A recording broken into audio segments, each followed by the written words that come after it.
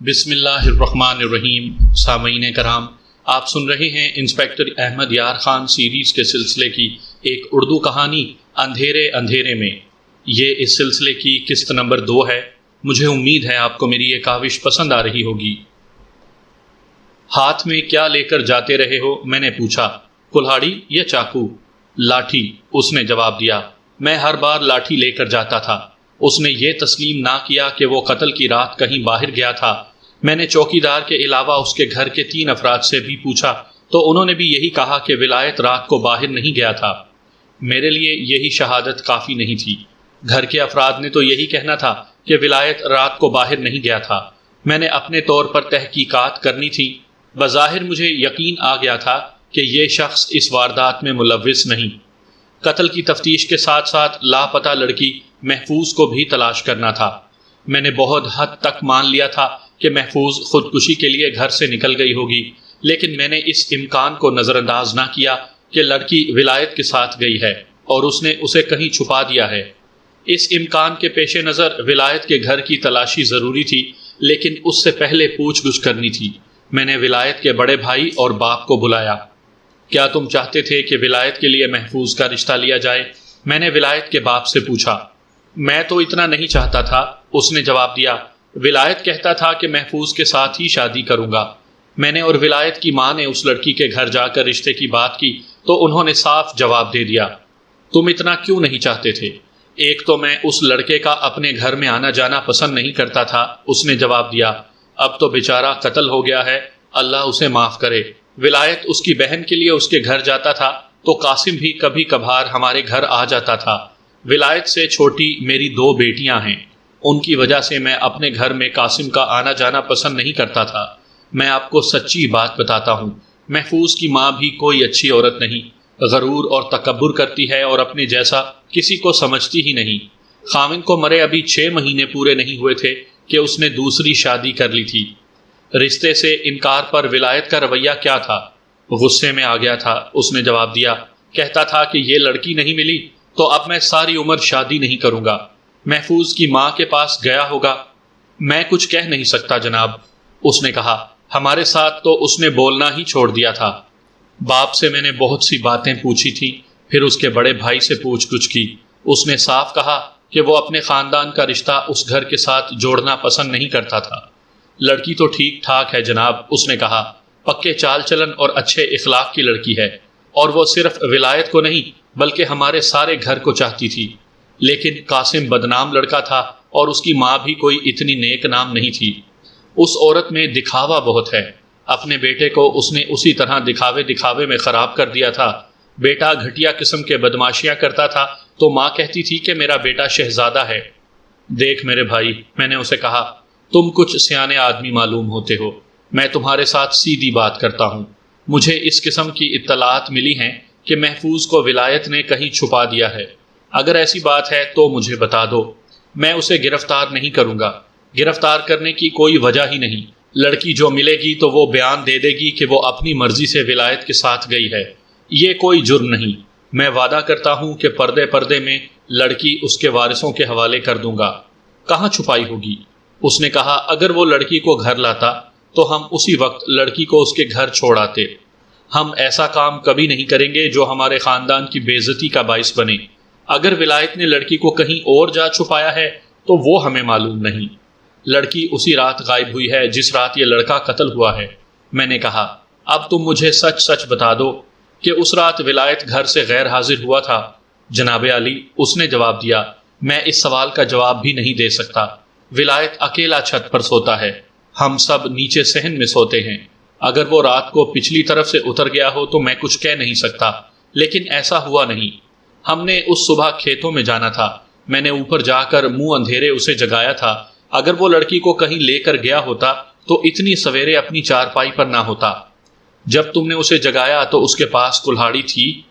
کلہاڑی تو وہ روزانہ رات کو اپنے بستر کی پائنتی پر رکھ کر سوتا تھا، اس نے جواب دیا۔ کیوں؟ میں نے پوچھا۔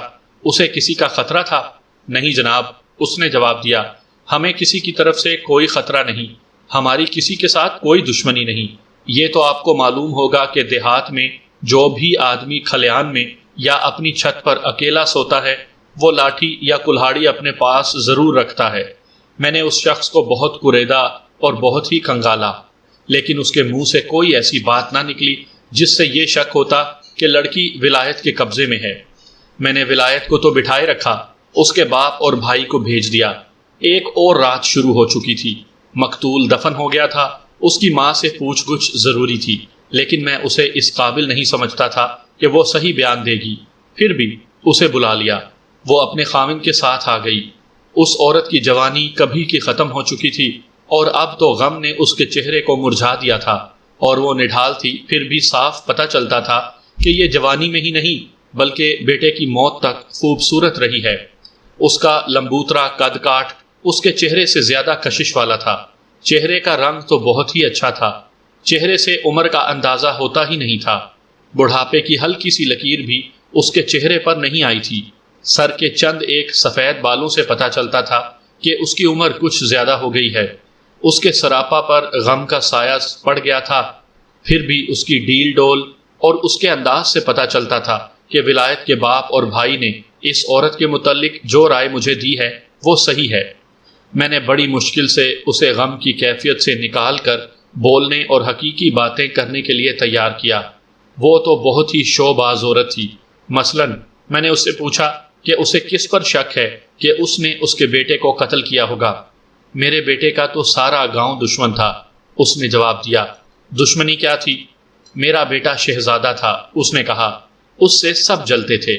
تمہاری بیٹی کہاں گئی ہے؟ کچھ پتہ نہیں، اس نے جواب دیا۔ کیا اسے کسی نے دشمنی کی وجہ سے اغوا کر لیا ہے؟ میں نے پوچھا۔ اگر ایسی بات ہے تو مجھے بتا دو۔ میں نے اس کی بیٹی کے متعلق چند اور باتیں بھی کی تھیں۔ میں نے دیکھا کہ بیٹی کے معاملے میں وہ سنجیدہ ہو گئی تھی۔ میں نے اس سے پوچھا کہ ولایت کے متعلق اس کا کیا خیال ہے اور کیا اس پر وہ شک نہیں کرتی؟ شک تو اسی پر ہے، اس نے کہا۔ وہ ایک ہی لڑکا ہے جس پر وہ جان دینے کے لیے بھی تیار رہتی تھی۔ معلوم ہوتا ہے تمہیں ولایت پر پکا شک نہیں، میں نے کہا۔ میرا خیال تھا کہ تم یہ جواب دو گی کہ وہ صرف ولایت کو چاہتی تھی، اس لیے وہ اسی کے ساتھ گھر سے چلی گئی ہے۔ شک تو ہے، اس نے کہا، لیکن یہ سوچ بھی آتی ہے کہ لڑکی جوان ہے، بالغ ہے، وہ بول نہ پڑے کہ وہ اپنی مرضی سے ولایت کے پاس گئی ہے۔ فرض کر لو کہ تمہاری بیٹی اپنی مرضی سے ولایت کے پاس چلی گئی ہے، تو تم کیا کرو گی؟ میں نے پوچھا۔ کیا اسے گرفتار کرواؤ گی؟ نہیں، اس نے جواب دیا۔ میں اس کے خلاف کچھ بھی نہیں کروں گی، بلکہ اجازت دے دوں گی کہ شادی کر لو، یا پھر یہ کہوں گی کہ میرے پاس آ جاؤ، میں تمہیں ڈولی میں بٹھا کر رخصت کروں گی۔ اگر ایسی بات ہے تو اسے رشتے سے کیوں انکار کیا تھا؟ میں نے پوچھا۔ اس کی وجہ کچھ اور تھی، اس نے جواب دیا۔ مجھے ایک ایسا خاندان مل گیا تھا جو اپنی لڑکی میرے بیٹے کو اس شرط پر دینے کے لیے تیار ہو گیا تھا کہ میں ان کے بیٹے کو اپنی بیٹی دے دوں۔ میں نے یہ شرط قبول کر لی تھی۔ آپ خود عقل والے ہیں، میرا تو دماغ بھی کام نہیں کرتا۔ مجھے ان لوگوں پر شک ہے کہ انہوں نے میری بیٹی کو غائب کر دیا ہے۔ انہوں نے کیوں غائب کر دیا ہوگا؟ یہ بات ابھی گاؤں والوں کو معلوم نہیں ہوئی، اس نے جواب دیا۔ دونوں طرف رشتوں کی بات پکی ہو گئی تھی اور گاؤں کے لوگوں نے دونوں گھروں میں مبارکباد دی تھی۔ ایک روز ان کی طرف سے ایسا پیغام آیا کہ میں کانپ گئی۔ میری بیٹی نے نوکرانی کی زبانی اپنے منگیتر کو یہ پیغام بھیج دیا کہ اپنے باپ سے کہہ دو کہ تمہارے لیے کہیں اور سے رشتہ کر لیں، میں تمہاری بیوی نہیں بن کر آؤں گی۔ نادان لڑکی ہے، معلوم نہیں کیسے کیسے الفاظ اس نے کہلا بھیجے تھے۔ ادھر سے گلا شکوہ نہیں آیا، بلکہ یہ دھمکی آئی کہ اپنی لڑکی کو سنبھال کر رکھو، ہم یہ رشتہ نہیں چاہتے، لیکن لڑکی کو ہم اٹھا کر بھی لے جائیں گے اور یہ مشہور کریں گے کہ لڑکی اپنی مرضی سے آئی ہے، اور اگر وہ زبان درازی کرے گی تو ہم اسے غائب کر دیں گے۔ تم نے اپنے خاوند کو بتایا تھا؟ میں نے پوچھا۔ یا یہ پیغام تمہارے خاوند کو ہی دیا گیا تھا؟ اسے معلوم تھا، اس نے جواب دیا۔ ان کی نوکرانی نے ہم دونوں کو الگ بٹھا کر یہ پیغام دیا تھا۔ قاسم کو معلوم تھا؟ ہاں جی، اس نے جواب دیا۔ اسے میں نے یہ بتایا تھا۔ وہ غصے میں آ گیا ہوگا؟ بڑے سخت غصے میں جی، اس نے جواب دیا۔ میرا بیٹا شیر تھا، شیر۔ وہ تو اسی وقت چاقو لے کر چل پڑا تھا۔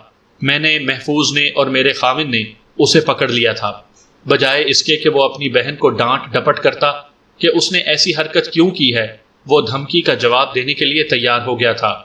یہ بات سن کر میرے کان کھڑے ہو گئے۔ میں نے اس عورت سے پوچھا کہ اس کے بعد اسے پتہ چلا تھا کہ قاسم نے ان لوگوں کے ساتھ کوئی گڑبڑ تو نہیں کی تھی؟ اس نے جواب دیا۔ میں اور میرا خاوند ان لوگوں کے گھر چلے گئے تھے۔ میرا خاوند اچھا آدمی ہے، زیادتی ہماری بیٹی کی تھی۔ ہم دونوں رات کو گئے تھے۔ ہم نے ان کے گھر جا کر راضی کرنے کی کوشش کی۔ یہ 2 روز بعد کی بات ہے۔ ہم نے دیکھا کہ ان کے 3 بیٹے بڑے سخت غصے میں تھے۔ وہ کہتے تھے کہ قاسم نے ان کی بے عزتی کی ہے اور وہ بے عزتی برداشت نہیں کریں گے۔ انہوں نے یہاں تک کہہ دیا کہ اپنی لڑکی کا رشتہ نہیں دیں گے اور تمہاری لڑکی کو اٹھا کر لے آئیں گے۔ ہماری مجبوری یہ ہے کہ ہمارے پاس روپے پیسے کی اور زمین وغیرہ کی تو کوئی کمی نہیں، لیکن جس طرح میرا بیٹا اکیلا ہے اسی طرح میرا خاوند بھی اکیلا ہے۔ ہم کسی کے ساتھ لڑائی جھگڑا نہیں کر سکتے۔ چند اور باتیں پوچھ کر میں نے اس عورت کو تو جانے دیا اور اس کے خاوند کو بلایا۔ اس شخص کے ساتھ اس وقت بھی باتیں ہوئی تھیں جب یہ تھانے میں قتل کی رپورٹ لکھوانے آیا تھا۔ پھر محفوظ کے لاپتہ ہونے کی رپورٹ لے کر میرے پاس آیا تو اس کے ساتھ تفصیل سے بات ہوئی تھی۔ یہ مجھے اچھا آدمی لگا تھا۔ میں نے اس کے ساتھ بڑی کھل کر باتیں کی۔ اس کا بیان مقتول کی ماں سے ملتا تھا۔ میں نے انہی لوگوں پر شک ظاہر کیا جن کے ساتھ ان کا رشتے ناطے کا معاملہ طے ہوا تھا۔ شک میرا بھی یہی ہے، اس نے کہا۔ میں نے قاسم کی ماں کو یہ بات ابھی تک نہیں بتائی اور گاؤں میں بھی کسی کو پتہ نہیں چلا۔ ہمارے اور ان لوگوں کے کچھ کھیت گاؤں سے دور ہیں۔ وہ 2 بھائی اپنے کھیتوں میں گئے، ادھر سے قاسم چلا گیا۔ اس نے یہ اچھی حرکت کی کہ چاقو نکال کر انہیں للکارا۔ انہوں نے اس کی پٹائی کر دی۔ کسی دوسرے گاؤں کے کچھ آدمی وہاں سے گزر رہے تھے، انہوں نے لڑکے کو چھڑایا۔ مجھے بتایا گیا کہ قاسم نے انہیں یہ دھمکی دی تھی کہ وہ ان کے گھر کو آگ لگا دے گا۔ ایسی ہی کچھ اور باتیں اس نے کی جو کوئی عزت دار آدمی برداشت نہیں کر سکتا۔ مجھے جب اطلاع ملی تھی کہ قاسم کی لاش فلاں جگہ پڑی ہوئی ہے تو میرا پہلا خیال انہی لوگوں کی طرف گیا تھا۔ اسی رات لڑکی بھی لاپتہ ہو گئی تو میں سمجھ گیا کہ دشمن وار کر گئے ہیں۔ تم نے یہ بات مجھے پہلے کیوں نہیں بتائی؟ میں نے پوچھا۔ تھانے سے جائے وقوع کی طرف آتے ہوئے میں نے تم سے پوچھا تھا۔ اس وقت نمبردار آپ کے ساتھ تھا، اس نے جواب دیا، اور ایک آدمی اور بھی تھا۔ یہ دونوں دور پار سے ان کے رشتہ دار ہیں۔ میں ان کے سامنے ایسی بات نہیں کر سکتا تھا۔ انہیں پتہ چلتا تو وہ فوراً انہیں چوکنا کر دیتے۔ پھر میں لڑکے کے کفن دفن میں مصروف ہو گیا۔ آپ نہ بلاتے تو بھی میں نے آپ کے پاس آنا ہی تھا۔ کیا تمہیں معلوم ہے کہ لڑکی تمہارے گاؤں کے ایک آدمی ولایت کو چاہتی تھی؟ معلوم تھا جناب، اس نے جواب دیا۔ کیا تم اس پر شک نہیں کرتے؟ میں نے پوچھا۔ میں اس پر یہ شک نہیں کر سکتا کہ اس نے قاسم کو قتل کیا ہے، اس نے کہا۔ اس لڑکے کے ساتھ تو اس کا دوستانہ تھا۔ یہ شک ضرور ہے کہ محفوظ کو اگر کسی اور نے اغوا نہیں کیا تو وہ ولایت کے ساتھ گئی ہے۔ قاسم کے متعلق تمہیں ابھی ایک بات کا علم نہیں ہوا، میں نے کہا۔ اس کی جیب سے رقم اور سونے کی ایک انگوٹھی برآمد ہوئی ہے۔ ایک ہندو نے تھانے میں آ کر رپورٹ درج کروائی تھی کہ 2 راہزنوں نے اسے لوٹ لیا ہے۔ اس نے جو رقم لکھوائی تھی بالکل وہی رقم اور سونے کی وہی انگوٹھی قاسم کی جیب سے برآمد ہوئی ہے۔ اس سے ظاہر ہوتا ہے کہ ہندو کو قاسم نے ہی اپنے کسی ساتھی کے ساتھ لوٹا تھا۔ پھر جناب مجھ سے کچھ نہ پوچھیں، اس نے کہا۔ یہ تو میں نے آپ کو پہلے ہی بتایا تھا کہ اس لڑکے کے متعلق کیسا ہی بڑا جھوٹ کیوں نہ بولو وہ سچ ہوگا۔ اس شخص سے اور اس کی بیوی سے 2-3 مزید مشتبہوں کی نشاندہی ہو گئی، ویسے کام کی کوئی بات نہ ملی۔ میں نے ان لوگوں کو بلانے کے بجائے بہتر سمجھا کہ ان کے گھر پر چھاپا مارا جائے۔ میں نے اپنے سٹاف کو ساتھ لیا اور نمبردار کی گھوڑی پر سوار ہو کر ان کے گاؤں جا پہنچا۔ گاؤں زیادہ دور نہیں تھا، یہی کوئی 1.5-2 میل ہوگا۔ ان کے میں گھر بغیر اطلاع داخل ہو گیا اور سارے گھر کی تلاشی لی۔ ان پر وحشت طاری کرنے کے لیے میں نے گرج کر باتیں کی۔ تلاشی بڑی سختی سے اور تفصیل سے لی۔ ان کا مویشیوں والا کمرہ بھی دیکھا، بھوسے والی کوٹھڑی بھی دیکھی۔ اس گاؤں کے نمبردار سے پوچھا کہ ان کا کوئی اور چھوٹا موٹا مکان ہے یا نہیں۔ پتہ چلا کہ کھیتوں میں مویشیوں کے لیے ایک کمرہ ہے۔ میں وہاں گیا لیکن لڑکی نہ ملی اور لڑکی کا کوئی سراغ بھی نہ ملا۔ وہ اچھی حیثیت کے زمیندار تھے۔ انہوں نے احتجاج کیا کہ میں نے ان کی بے عزتی کر دی ہے۔ میں نے تینوں بھائیوں اور ان کے باپ سے پوچھ گچھ الگ الگ کی۔ سب نے وہی باتیں بتائیں جو مقتول کی ماں بتا چکی تھی۔ انہوں نے یہ بھی بتایا کہ قاسم کے ساتھ ان کی لڑائی کس طرح ہوئی تھی۔ انہوں نے یہ بھی کہا کہ انہوں نے انتقام لے لیا تھا۔ میں ان پر یہ الزام لگا رہا تھا کہ لڑکی انہوں نے اغوا کی ہے، لیکن جناب ان سب کا جواب کچھ ایسا ہی تھا۔ کہاں سے اغوا کیا ہے؟ کیا ہم جن بھوت ہیں کہ لڑکی کو اس کے گھر سے اٹھا لائے ہیں؟ ان کے لیے یہی بے عزتی بہت ہے کہ ہم نے ان کی لڑکی کا رشتہ لینے سے انکار کر دیا۔ اور اپنی لڑکی کا رشتہ انہیں نہیں دے رہے۔ بیٹوں سے زیادہ ان کے باپ نے عقل کی اور وقار کی باتیں کی تھیں۔ لڑکی اور لڑکے کے ماں باپ چل کر میرے پاس آئے تھے۔ باپ نے کہا، یہ انہوں نے میری عزت کی تھی، کون اس طرح معافی مانگنے کسی کے گھر جاتا ہے؟ ان کا باپ ستیلا ہے، اسے کیا پڑی تھی کہ ستیلی اولاد کے لیے میرے گھر آ کر سر جھکاتا، حالانکہ وہ امیر کبیر آدمی ہے۔ پھر دوسری بات یہ ہے جناب کہ رشتہ کر تو بیٹھے تھے ہم، لیکن اس گاؤں کے نمبردار نے، جو ہمارے رشتہ داروں میں سے ہے، بعد میں بتایا کہ یہ رشتہ کسی نہ کسی بہانے چھوڑ دو۔ اس نے وجہ یہ بتائی تھی کہ لڑکی ہر لحاظ سے اچھی ہے، لیکن اس نے اپنا تعلق گاؤں کے ایک جوان آدمی کے ساتھ جوڑ رکھا ہے، اور یہ بات سارے گاؤں میں مشہور ہے۔ کیا تم پہلے اس خاندان کو نہیں جانتے تھے؟ میں نے پوچھا۔ جانتا تھا، اس نے جواب دیا۔ عزت دار خاندان ہے، زمین جائیداد والے ہیں، لیکن ان کی اولاد کو اچھی طرح نہیں جانتا تھا۔ لڑکی کے متعلق یہ بات معلوم ہوئی اور لڑکے کے متعلق پتہ چلا کہ وہ تو بالکل ہی بدماش اور گھٹیا لڑکا ہے۔ مجھے سمجھ نہیں آ رہی تھی کہ میں ان سے رشتہ کس طرح توڑوں۔ جس روز میری بیوی نے مجھے بتایا کہ لڑکی نے اپنی نوکرانی کی زبانی یہ پیغام بھیجا ہے تو مجھے غصہ تو آنا تھا، لیکن میرا دل خوش ہو گیا۔ بڑا اچھا بہانہ مل گیا تھا۔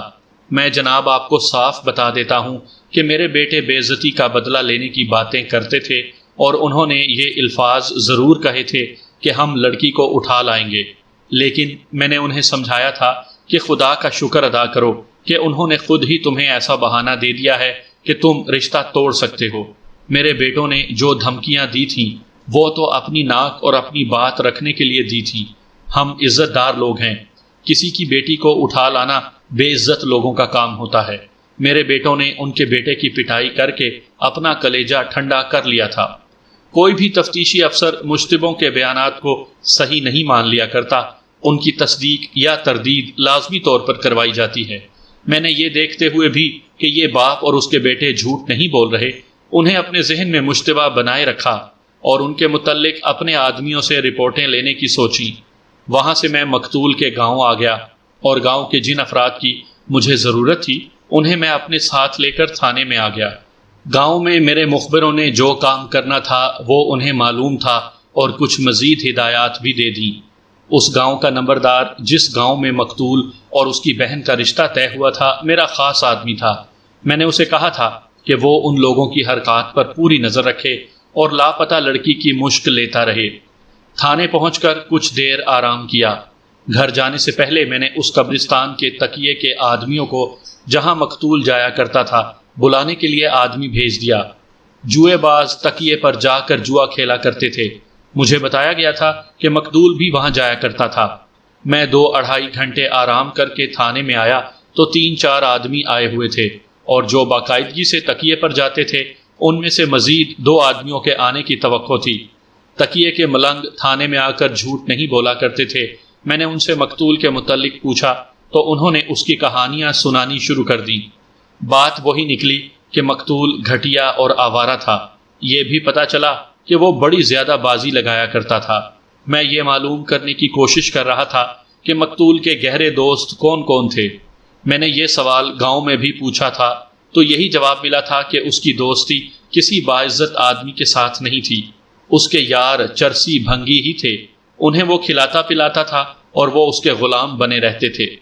جب دوسرے آدمی آئے جو تکیے پر جایا کرتے تھے تو ان کی زبانی پتہ چلا کہ مقتول کے گاؤں کا ایک مسلی ہے جس کے ساتھ مقتول کا گہرا یارانہ تھا۔ یہ مسلی اسی کی عمر کا تھا اور ہر گھٹیا کام کر سکتا تھا، لیکن وہ مسلیوں کی طرح میلا کچیلا نہیں رہتا تھا، بلکہ صاف ستھرے کپڑے پہن کر اور رنگ دار پگڑی باندھ کر بانکا بنا پھرتا تھا۔ یہ بھی پتہ چلا کہ کئی بار شام کے وقت انہیں گاؤں سے باہر جاتے دیکھا گیا تھا۔ تکیے پر مقتول جوا کھیلنے جاتا تو یہ مسلی نوجوان اس کے ساتھ ضرور ہوتا تھا۔ اسے مقتول نے ہی بانکا بنا رکھا تھا۔ یہ سب جواری، چرسی، افیمی اور چھوٹے موٹے جرائم کرنے والے لوگ تھے۔ ان میں ایک مجھے کچھ عقل والا لگا۔ زیادہ تر باتیں اسی نے بتائی تھیں۔ میں نے اسے کہا کہ مسلی کو مقتول نے بانکا بنا کر اپنا دوست بنایا تھا تو یہ شخص ہنس پڑا۔ اس مسلی پر تو اس نے پیسہ لٹانا ہی تھا۔ اس نے کہا، مسلی کی چھوٹی بہن کو آپ دیکھیں تو آپ اس کے حسن کی تعریف کریں گے۔ رنگ تو اس کا سانولا ہے، لیکن اس کے جسم اور چہرے کے نقوش کو جو دیکھتا ہے وہ کچھ دیر تو دیکھتا ہی رہتا ہے۔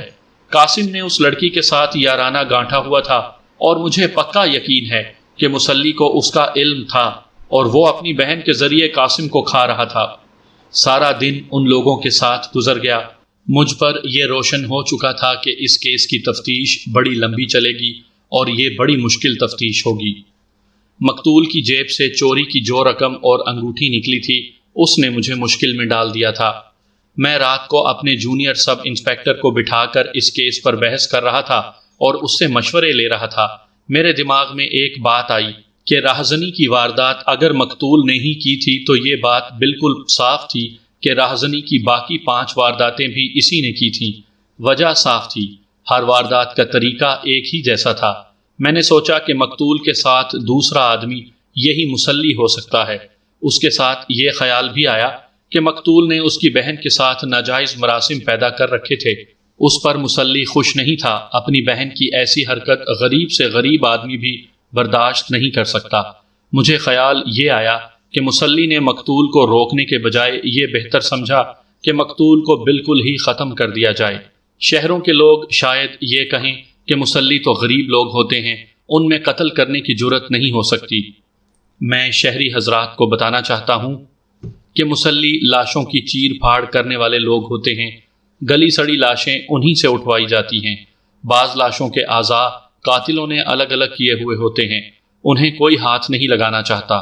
یہ اعضاء مسلی اکٹھے کر دیتے ہیں۔ بعض بڑے شہروں میں آپ نے سنا ہوگا کہ لاوارث لاشیں غائب ہو جاتی ہیں، یا آپ نے یہ سنا ہوگا کہ قبرستان میں ہی لاشوں کے اوپر سے گوشت ہٹا کر ہڈیاں نکال لی جاتی ہیں اور یہ ڈھانچے بنا کر میڈیکل سٹوڈنٹس کے ہاتھ بیچی جاتی ہیں۔ یہ کام مسلیوں کا ہوتا ہے۔ میں چونکہ مسلیوں کو جانتا تھا اس لیے یہ بات میرے لیے حیران کن نہیں تھی کہ مسلی نے ایک آدمی کو قتل کر دیا، لیکن ایک بات میرے شک کے خلاف جاتی تھی، وہ یہ کہ مقتول کی جیب میں اچھی خاصی رقم تھی اور سونے کی ایک وزنی انگوٹھی تھی، اور یہ مسلی جانتا تھا کہ مقتول کے پاس اتنا مال ہے۔ اگر وہ قاتل ہوتا تو اتنی رقم اور اتنی قیمتی انگوٹھی کبھی نہ چھوڑتا۔ اس سے یہ ظاہر ہوا کہ یہ مسلی قاتل نہیں، یا یہ مقتول کے ساتھ تھا ہی نہیں، لیکن میں اسے نظر انداز نہیں کر سکتا تھا۔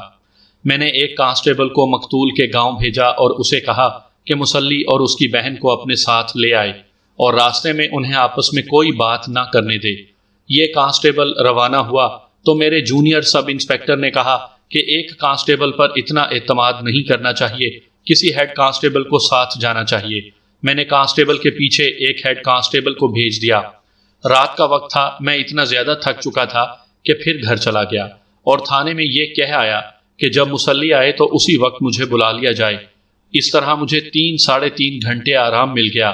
فجر کی اذان کے وقت مجھے جگایا گیا۔ میں تھانے گیا۔ مسلی کی بہن کو دیکھ کر خیال آیا کہ یہ اس سے زیادہ خوبصورت ہے جتنی مجھے بتائی گئی تھی۔ میں نے پہلے مسلی کو اپنے پاس بلایا۔ میں نے ارادہ کیا کہ پہلے اسے تھوڑی سی پھینٹی لگا لوں، پھر یہ صحیح باتیں کرے گا، لیکن مجھے خیال آ گیا کہ میں نے ولایت کو مشتبہ سمجھا تھا اور اس پر ہاتھ نہیں اٹھایا تھا۔ پھر میں نے 3 بھائیوں اور ان کے باپ کو شامل تفتیش کیا۔ ان پر میرا شک زیادہ تھا، لیکن ان پر بھی میں نے ہاتھ نہیں اٹھایا تھا۔ پھر میں اس مسلی پر کیوں ہاتھ اٹھاتا؟ صرف اس لیے کہ یہ غریب آدمی ہے اور اس کی کوئی ذات نہیں۔ مجھے دیکھ کر اس نے دونوں ہاتھ اپنے ماتھے پر رکھے، پھر ہاتھ جوڑ کر میرے سامنے کھڑا ہو گیا۔ میں نے اسے کہا کہ کرسی پر بیٹھو تو وہ فرش پر بیٹھ گیا۔ میں نے اسے کرسی پر بٹھایا اور پوچھا کہ قاسم اس کا گہرا دوست تھا۔ غریب اور امیر کی کیا دوستی ہوتی ہے حضور؟ اس نے غلاموں کی طرح کہا۔ میں تو اس کا نوکر تھا، تم ہر وقت اس کے ساتھ رہتے تھے۔ میں نے کہا میں تو اس کے حکم کا غلام تھا جی۔ اس نے کہا میں جو بات پوچھنا چاہتا ہوں اس کا جواب دو۔ میں نے ذرا غصے سے کہا وہ تمہارا دوست تھا اور وہ قتل ہو گیا ہے۔ تم جانتے ہوگے کہ اسے کس نے قتل کیا ہے، اس کا دشمن کون تھا؟ یہ ٹھیک ہے کہ وہ میرا دوست تھا، اس نے کہا، بلکہ صرف میں ہوں جو اس کا دوست تھا۔ اس کا ایسا دشمن کوئی بھی نہیں تھا جو اسے قتل کر دیتا۔ کیا تم اس کے دشمن نہیں تھے؟ میں نے کہا نہیں انداتا۔ اس نے ہاتھ جوڑ کر کہا میں نے کہا تھا کہ میں اس کا دوست تھا۔ تم نہیں، میں نے کہا تمہاری بہن اس کی دوست تھی اور تمہیں معلوم تھا۔ کہو یہ صحیح ہے یا غلط؟ صحیح ہے حضور، اس نے ذرا دبی ہوئی آواز میں کہا۔ یہ غریب کی مجبوری ہے، ہماری کوئی عزت نہیں ہوتی حضور۔ اس نے کچھ چھپایا نہیں، بڑے آرام سے اعتراف کر لیا کہ اس کی بہن قاسم کی داشتہ تھی اور اس شخص نے اس سلسلے کو قبول کر رکھا تھا، بلکہ وہ خوش تھا۔ تم نے یہ بات مان لی ہے؟ میں نے اسے کہا۔ اب یہ بھی بتا دو کہ تم اور قاسم راہزنی کی وارداتیں کیا کرتے تھے۔ نہیں، اس نے گھبراہٹ سے ہکلاتی ہوئی آواز میں کہا۔ مجھ غریب پر اتنا بڑا الزام نہ لگائیں، آپ کے بچوں کو دعائیں دوں گا، ساری عمر آپ کی غلامی کروں گا، مجھے اتنی مصیبت میں نہ ڈالیں۔ تم ہر وقت اس کے ساتھ رہتے تھے، میں نے کہا۔ صرف تم اس کے دوست تھے، لیکن وہ اپنے ہر کام میں مجھے اپنے ساتھ نہیں رکھتا تھا میرے بادشاہ، اس نے رندھی ہوئی آواز میں کہا۔ مجھے کبھی شک بھی نہیں ہوا تھا کہ وہ راہزنی کرتا ہے۔ تمہیں ضرور معلوم ہوگا کہ اس کا دوسرا دوست کون تھا۔ میں نہیں جانتا میرے آقا، اس نے کہا۔ کیا اس نے کبھی تمہیں بتایا تھا کہ ستیلے باپ نے اسے پیسے دینے بند کر دیے ہیں؟ میں نے پوچھا۔ نہیں انداتا، اس نے خوف زدہ آواز میں کہا۔ میں نے اس سے پیار اور شفقت سے بھی پوچھا اور ڈرایا دھمکایا بھی، لیکن وہ انکار کرتا رہا، پھر رو پڑا۔ میں نے اسے باہر بٹھا کر غور کیا اور دماغ پر بہت زور دیا۔ اگر اس نے مقتول کو قتل کیا ہوتا تو یہ اس کی جیب سے پیسے اور انگوٹھی نکال لیتا۔ اگر قتل اس کے سامنے ہوا تھا تو یہ بعد میں جا کر مقتول کی جیب سے مال نکال لاتا۔ اس کی بہن کو بلایا اور اس سے مقتول کے ساتھ تعلقات کے متعلق پوچھا تو اس نے تسلیم کر لیا کہ مقتول کے ساتھ اس کے تعلقات کیسے تھے۔ میرے پوچھنے پر اس نے بتایا کہ اس کے بھائی کو ان کے تعلقات کا علم تھا اور وہ اس کی حوصلہ افزائی کرتا تھا۔ اسے اپنے بھائی اور مقتول کی باہر کی سرگرمیوں کا کچھ علم نہیں۔ میں نے اس مسلی اور اس کی بہن کو ذرا سا بھی پریشان نہ کیا، لیکن ان پر دباؤ ڈالے رکھنے کے لیے انہیں جانے نہ دیا، تھانے میں بٹھائے رکھا۔ اگلا دن گزر گیا، اگلی رات بھی گزر گئی۔ ان دونوں کو باری باری پوچھ گچھ کے لیے اپنے پاس 3-4 دفعہ بٹھایا، ہر ڈھنگ کھیلا، لیکن ان کے بیان نہ بدلے۔ میں نے محفوظ کی گمشدگی کے سلسلے میں یہ کارروائی کی تھی کہ دوسرے تھانوں کو اشتہار شور و غوغا بھجوانے کا انتظام کر دیا تھا۔ ایک اور رات گزر گئی تو میں نے مسلی اور اس کی بہن کو جانے کی اجازت دے دی۔ 6واں یا 7واں روز تھا، ابھی تک کوئی سراغ نہیں ملا تھا، نہ قاتل کا کچھ پتہ چلا نہ محفوظ کا۔ صبح سویرے شہر کے ایک تھانے سے ٹیلی فون آیا، وہاں کا S H O sub inspector Vishwanath بول رہا تھا۔ یہ شہر میرے تھانے سے 11 میل اور مقتول کے گاؤں سے 7 میل اور 2-3 فرلانگ دور تھا۔ ملک صاحب، اس نے کہا، تمہارا اشتہار شور و غوغا مل گیا تھا، آؤ لڑکی لے جاؤ، میرے تھانے میں ہے۔ مجھے ویسی ہی خوشی ہوئی جیسی اس وقت ہوتی ہے جب عید الفطر کا چاند نظر نہیں آتا اور رات 10-11 بجے اعلان ہوتا ہے کہ فلاں فلاں جگہ چاند نظر آ گیا ہے اور کل عید ہوگی۔ وشواناتھ نے بہت ہی مختصر بتایا تھا کہ اس نے لڑکی کو کس طرح پکڑا ہے۔ میں نے اسی وقت اپنے جونیئر سب انسپیکٹر کو بھیج دیا۔ وہ کانسٹیبلوں کو ساتھ لے کر تھانے والے گاؤں کے تانگے پر گیا اور تقریباً 4 گھنٹوں بعد واپس آیا تو اس کے ساتھ ایک آدمی تھا جس کی عمر 25 سال کے لگ بھگ ہوگی۔ اسے ہتھ کڑی لگی ہوئی تھی۔ ایک لڑکی بھی ساتھ تھی، عمر 18-19 سال ہوگی، خوبصورت لڑکی تھی۔ میں نے پہلے لڑکی کا بیان لیا، وہ رو رہی تھی، وہ محفوظ بیگم تھی۔ کیا یہ سچ ہے کہ میرا بھائی قتل ہو گیا ہے؟ اس نے روتے ہوئے پوچھا۔ اگر تمہارے بھائی کا نام قاسم ہے تو اسے قتل ہوئے 6-7 دن گزر گئے ہیں، میں نے کہا۔ تم پہلے یہ بتاؤ کہ تم شہر کس طرح پہنچی تھی اور کس طرح پکڑی گئی ہو۔ میں تمہیں ساری بات سناؤں گا کہ تمہارا بھائی کہاں اور کس طرح قتل ہوا۔ اس نے اونچی آواز میں رونا شروع کر دیا۔ مقتول اس کا اکلوتا بھائی تھا۔ وہ کہنے لگی کہ پہلے اپنے گھر جائے گی۔ میں نے اسے بتایا کہ وہ بیان دے کر ہی گھر جا سکے گی۔ بہت ہی مشکل سے اس نے بیان دیا۔ میں یہ بیان اپنے الفاظ میں سناؤں گا۔ اس نے پہلی بات یہ کہی کہ وہ ولایت کے ساتھ گھر سے نکل کر گئی تھی۔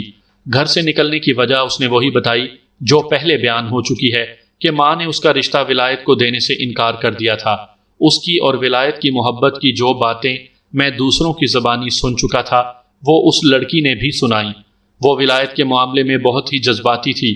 چونکہ انہوں نے طے کر رکھا تھا کہ شادی کریں گے، اس لیے ان کی محبت محفوظ کے بیان کے مطابق پاک تھی۔ کیا ولایت نے بھی شہر میں رہنا تھا؟ میں نے پوچھا۔ میرا مطلب یہ ہے کہ تم دونوں نے آئندہ کے لیے کیا سوچا تھا؟ کیا تم دونوں نے گاؤں کو ہمیشہ کے لیے چھوڑ دینا تھا؟ نہیں، محفوظ نے جواب دیا۔ ولایت نے یہ کہا تھا کہ وہ مجھے اپنے دوست کے پاس چھوڑ دے گا اور خود واپس گاؤں میں آ جائے گا۔ ظاہر ہے کہ میرے ماں باپ میری تلاش میں پریشان ہوں گے۔ ولایت کہتا تھا کہ وہ میری ماں سے کہے گا کہ ادھر سے رشتہ توڑ دو اور محفوظ کی شادی میرے ساتھ کر دو تو محفوظ واپس آ جائے گی۔ کیا تم دونوں نے یہ نہیں سوچا تھا کہ تمہاری گمشدگی کی رپورٹ تھانے میں آئے گی؟ میں نے پوچھا۔ ولایت نے یہ بات بھی کی تھی، محفوظ نے کہا۔ وہ کہتا تھا کہ وہ اپنے دوست کے ساتھ بات کر چکا ہے اور اس کے دوست نے کہا ہے کہ لڑکی لے آؤ۔ اگر معاملہ پولیس تک پہنچا تو لڑکی کو مجسٹریٹ کے پاس لے جا کر بیان دلوا دیں گے۔